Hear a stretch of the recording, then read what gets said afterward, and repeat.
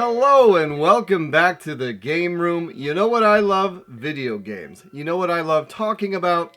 Games. And it seems like a lot of people these days who cover games seem to hate them. Or at least the people who play them. Well, that's not me, and that's not the 4,905 of you beautiful people checking out this video here today. We are on the final countdown to 5,000 subscribers, 95 away. Cannot thank you all enough. If you're noticing, I am wearing my nice Father's Day shirt because it is Father's Day. So to all the fathers out there, happy Father's Day. As one who is now on his 4th Father's Day, I can tell you it is the greatest decision of my life. So if any of you guys are on the fence, even if you think you may not be able to handle it, you can, and it is well worth it. It is the greatest joy of my life, even more than games, if you can believe it. I absolutely love my daughter, and my wife and I could not be happier with our decisions. So if you guys out there are considering kids, that's my ringing endorsement. Alright, off my soapbox. We are taking a look at another 10 Switch games today, which this will be the 12th time I've done this. So we're getting up to 120 Switch games. You think I'd be running out of them? I'm actually not. I just did a complete list today, and I got a bunch more I can talk about, especially because we're just talking about everything. So if that sounds interesting to you, let's check it out. There's a lot of games out there, some of which you've never even heard of. That's where I come in. My name's Luke. I've been playing games since the age of 2, and I have no life. This is my game room.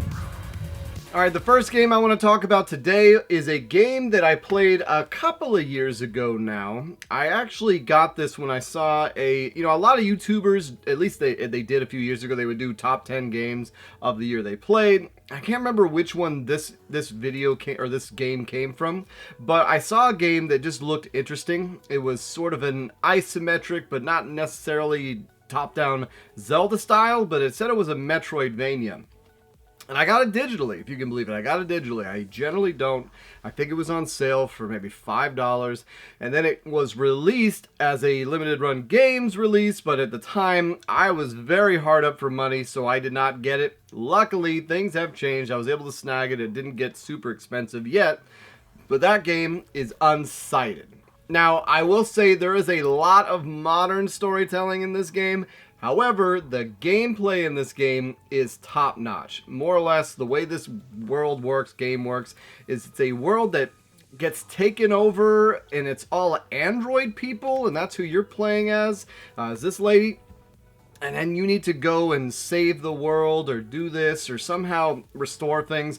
But it's kind of a Zelda clone, but a little bit more Metroidvania than a Zelda clone. Though typically Zelda games kind of play like Metroidvanias.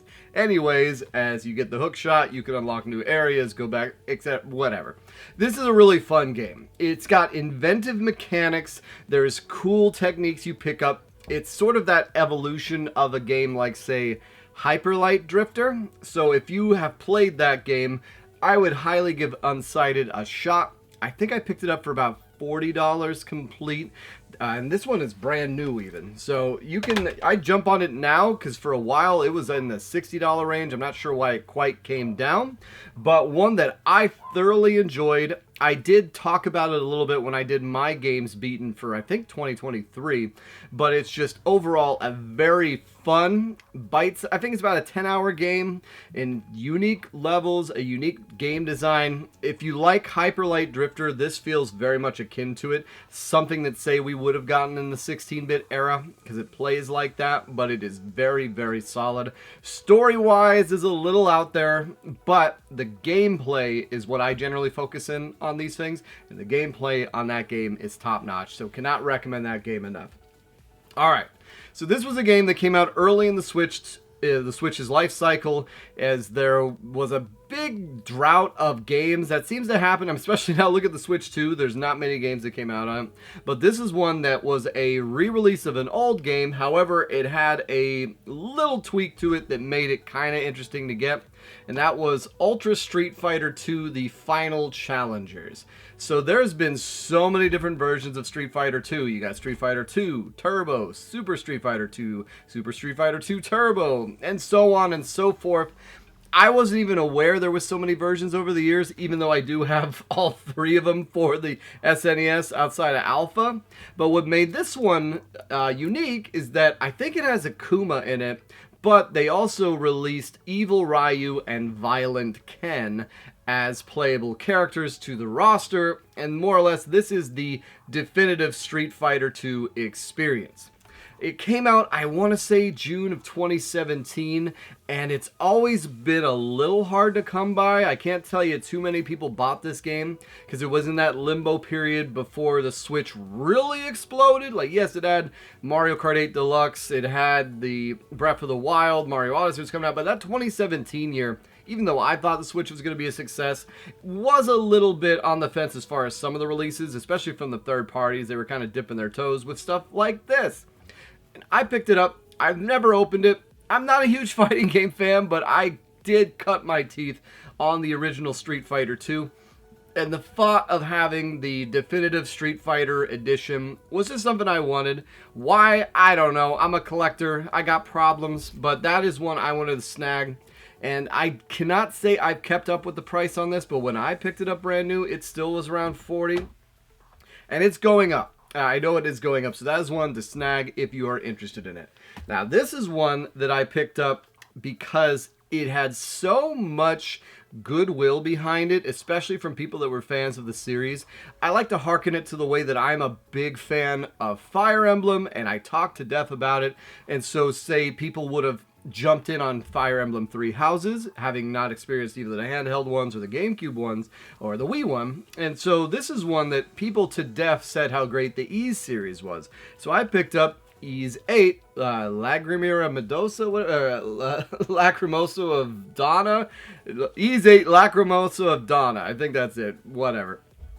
So I picked up Ys 8. Ys has been around since the TurboGrafx 16 days. There was the Ys 3, which Wise is another way of calling it, Wanderers from Wise. And then Ys 4, 5, 6, 7, I can't tell you where they are. I don't know if they were even released in the West, but Ys 8 got a big boost. Around the same time Ys 8 came out, I think they were also doing a game called Ys Origins. And so every game, from what I've gleaned, stars someone named Adol in it, but they're all kind of different universes. And in this one, you crash land on an island, and then suddenly you're uncovering these mysteries of the island. And I gotta say, I got a decent ways in this game.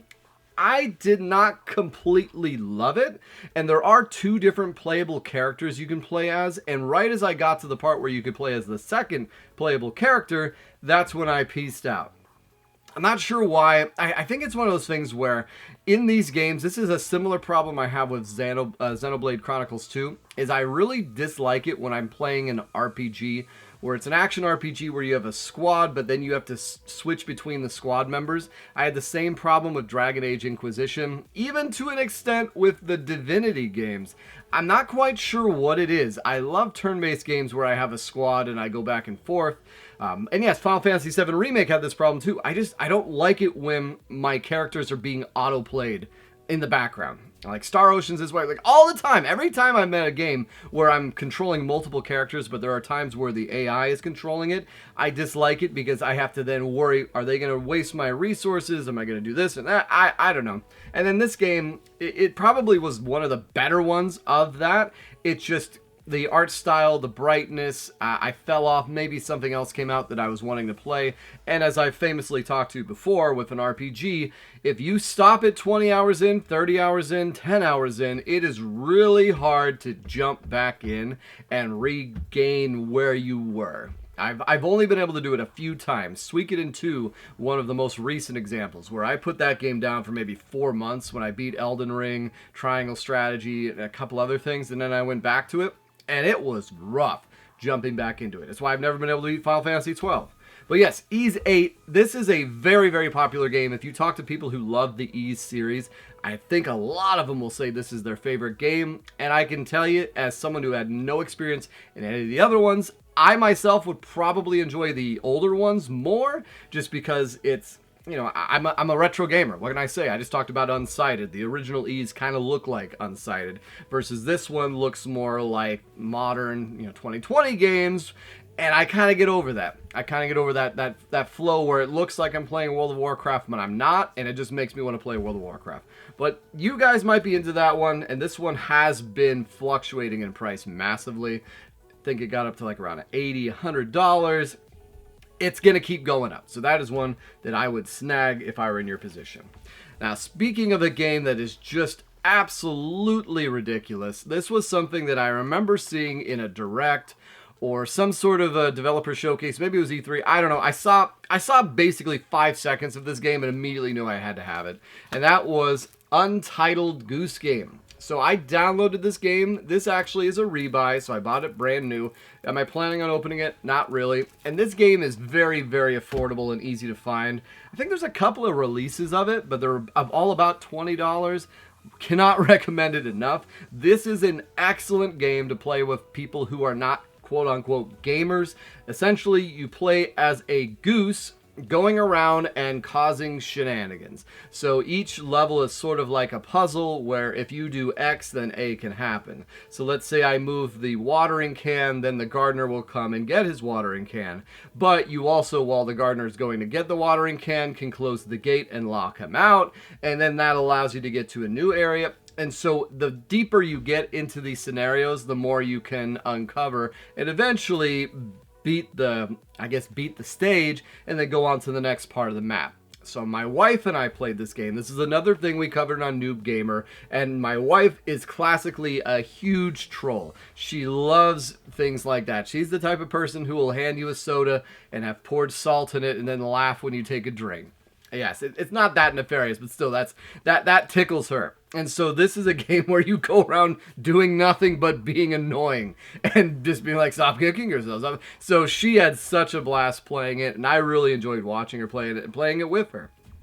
There's only so much replay value. There's only so much in this game, but this was very much a viral moment when this came out. This is one of those things I would consider an indie darling, and if you have not experienced Untitled Goose Game, it's also on other consoles, but I highly recommend it on the Switch. It feels like a game that belongs on the Switch, so I would pick that one up and check that one out as well. Speaking of games that came out in the first year of the Switch when it was kind of just finding its legging, another big get, and this was before actually it wasn't before, this was right at the peak of, oh my god, they ported that game to everything. I think they had just ported it to cell phones or to Alexa, but the game we're talking about is The Elder Scrolls Skyrim.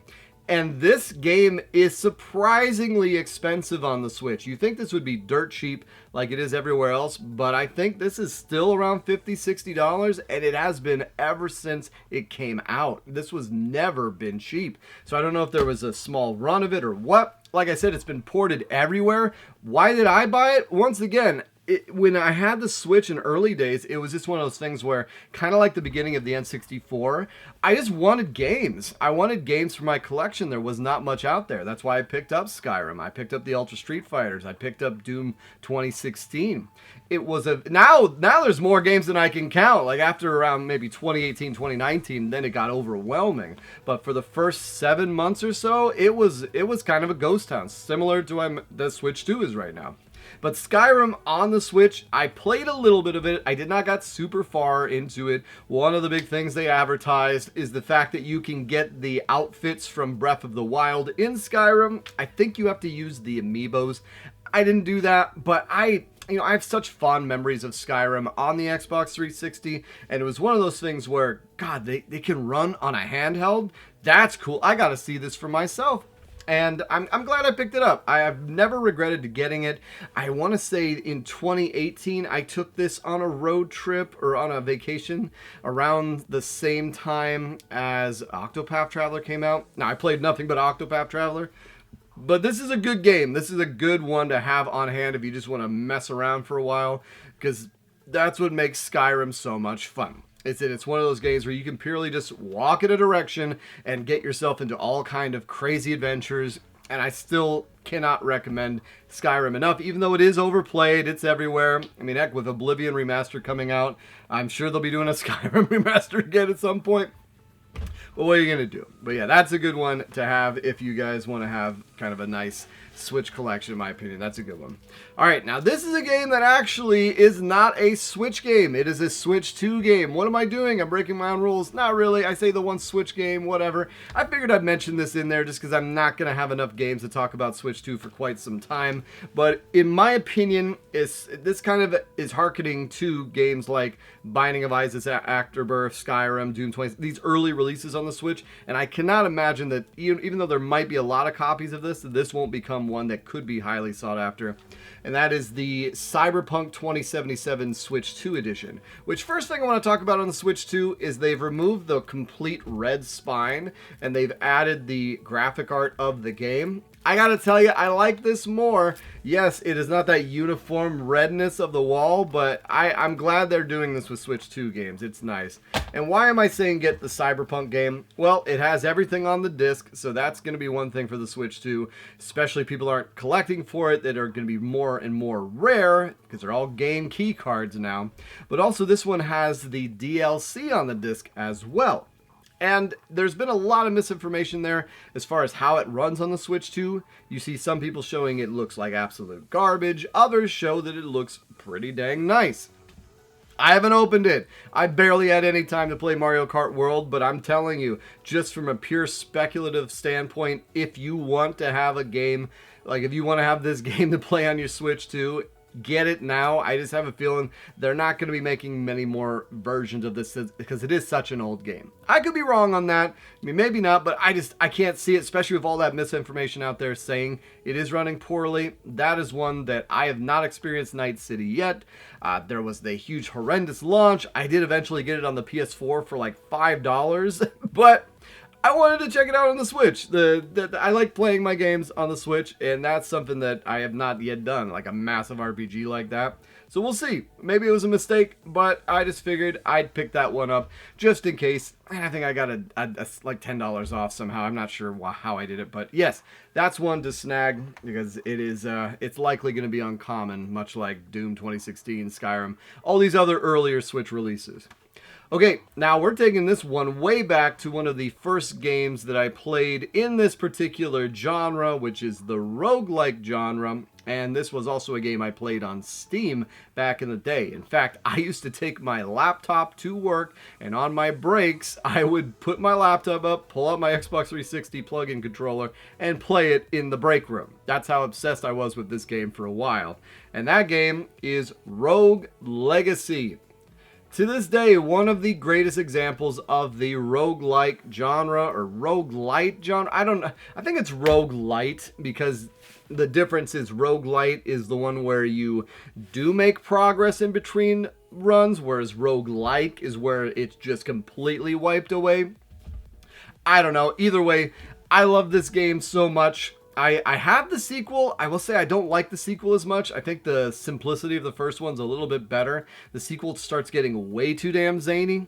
And with the way this game works is you go into a Castlevania-like castle, and then every time you die, you keep your money, but then, or actually no, you lose your, well, no, you have the money you've earned in that run, but then the ancestor passes away, goes to their next of kin, and then you can choose one of three of those kin, and later on you can unlock different play styles. You can get more and more reagents and upgrades like a double jump or this or that, and then depending on the ancestor you play as in the next run, they may have certain quirks that either make the run easier or harder. So you'll have someone that will only be colorblind and then the whole thing is black and white. Or you'll have someone that is constantly having flatulence, so they have gas all around them. Or you'll have certain like the traits seem to go endless. There's a limit to them, but the traits are everywhere. And as you go through the castle, you will beat 4 different bosses, get to the final boss, and then quote unquote beat the run. But the game just continues on. So I think when I originally played this back in the day, I beat the New Game Plus 4 or 5 times. And I really, really enjoyed the hell out of it. There is at a certain point when you die in the run, you get the money, and then the money allows you to purchase your upgrades. But once you go back into the castle, then all the money you're currently holding goes away. Now there's things you can do to mitigate that. You can even do things where you hold the castle to not have it randomized again. But as you're playing it, you start realizing, like I always say, like, yes, the game, the map is randomized, but there will always be certain areas that will be within that randomization. So for instance, you will always know that there'll be a section that has this, or a section that has this, or a section like of the map will always be the same. It's just how they're placed or how they're puzzle pieced together. And I really enjoy that. And I know some people don't. I really enjoy that. That's what I recommend picking up. It's a limited run release again. Before that, the only way you could get it physically was an indie box release, which, yeah, that's taking you way back. But I really enjoy this game. I bought it used, and unfortunately when I got it, the thing was kind of smashed, so I put it in a different case. But I don't mind. I'm never getting rid of this stuff. It's just, it's one that I'm happy to have in the collection, and you should pick it up too. Now, speaking of Doom, this is a game that was actually the first Doom I ever played. And what's funny is that I feel like over the years, more and more people have started to appreciate this game for what it was. Because it basically was a sequel to Doom, just not numbered as a sequel. Because looking at it on the surface, you just assume, oh, that's just a remake of the first one or another version of Doom 1. But it's really not. And now that it's not stuck on the N64, it's a lot easier to see the damn thing. And that is Doom 64. So this was a big release when it came out on the N64. It was the first kind of like pure Doom, like first-person shooter type thing on the N64. I think it came out before GoldenEye. And I picked this up because, once again, on the N64, that was my heyday of, okay, let's try out these franchises I've heard of. That's when I picked up Bomberman, I picked up Doom, I picked up Castlevania. And I played and beat this game, and I didn't think it was the worst game in the world, but I did not think it was a very good game. I thought it was to use today's expression, I thought it was pretty mid. It was not great, it was very hard to see, and the darkness of this game is kind of legendary, to where when they remade this, they brightened it up. Now, I've yet to play it. I haven't opened it. Once again, if I did a video on games that are still sealed on the Switch, I'd probably have over 100 games, because that's just what happens. The more money you have, the less time you have. So I have a lot more games than I had as a kid, but I have a lot less time to play them. Once again, back to the father thing. But that is one I wanted to snag. I'm especially back at this time. I think they were just starting to remake some of these older N64 games. This might have been before they did Turok or right after they did Turok. And because I missed Turok in 1 and 2, I wanted to grab this one, even though I like Turok more. What am I doing? But that is one to definitely pick up and give a shot, because it is a completely different Doom game. It is not based on any of the other ones. So it's technically it's like the real Doom 3 or real Doom 4, or I don't know, but that is one to look if you're a Doom fan, and if you don't want to have to deal with the clunkiness of the N64 and the limitations of the darkness and everything. This is definitely the best way to play this game. Alright, last couple ones here. So I want to show off this game. I thought I had talked about it, but I guess I hadn't, and that is Katamari Damacy Reroll. Now, my favorite thing about this game is the song Lonely Rolling Star. I just cannot wrap my head around the controls of these games. I've played this one, I've played Beautiful Katamari, and I appreciate the Japaneseness of it. It is so ridiculously over the top and just unique, but the controls, man, I don't understand why I can't just move around. Like, they have this control scheme where it's momentum based a little bit, so that it feels like your character has to be moving around the ball, but at the same time you have to be pushing the ball. And I know some people just can't get enough of it. I just can, I don't know, for some reason my brain hasn't wrapped around it, and I found the same problem when I played Beautiful Katamari. It's fun, but it's not as much fun as the premise sounds for myself. Going around and rolling a ball and collecting things till eventually you're picking up houses and people, things like that sounds so incredible. But between each one of these levels, you have this weird looking dude who looks like Tingle, who's going to tingle you at night, and I'm just not all about that. And so let me know, should I give this game another shot? I've tried it a couple of times, and I can't, the controls just, I don't know what it is, man. I don't know what it is. But yes, that is a game I got for like $20. It's still pretty affordable out there. And I think there's even another Katamari game they put on the Switch. I think they remade the sequel. So check that one out too if you're interested. All right, and the last game we're going to talk about, yet again, a game I have not played, though I have played some of the series, and I wanted to bring it up because there's a lot of cool... there's a cool upgrade on this game if you have a Switch 2 that requires you to do nothing, and that is Bayonetta 3. So Bayonetta 3 apparently has an uncapped frame rate, and if you play it on the Switch 2, it starts running much, much better at a faster frame rate without needing a patch. And more people are uncovering these kind of nuances with the Switch 2, which is pretty damn cool. It's one of those things where I don't really see a reason to ever play the Switch 1 again. Maybe my OLED version, just because it has the OLED screen. Or, I will say, you know, I don't have the biggest hands in the world, and the Switch 2 is much larger than the Switch 1. And when I played it, we went to Nevada last week for a celebration of life. And I can tell you, after about 2 hours of playing Mario Kart World, my hands started hurting. So that was a little unexpected, I'll be honest, and had me thinking, wow, am I just, like, I don't have baby hands, but man, that hurt. That hurt after a while. Am I going to get used to it? I don't know. I never experienced anything like that on the Switch 1, but food for thought. But yes, Bayonetta 3, I've played the first Bayonetta. Somehow, Nintendo snagged the Bayonetta rights, or bought the Bayonetta rights from Platinum Games, because they got the exclusivity of Bayonetta 2 on the Wii U. And then they got Bayonetta 3.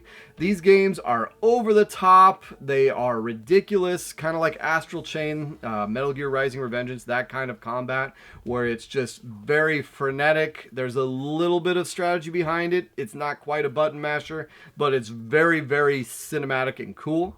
I've not played Bayonetta 3 yet, but I just wanted to throw it out there. If you guys do have a Switch 2, I know a lot of people talk to it, but hey, I'm going to talk about it here too.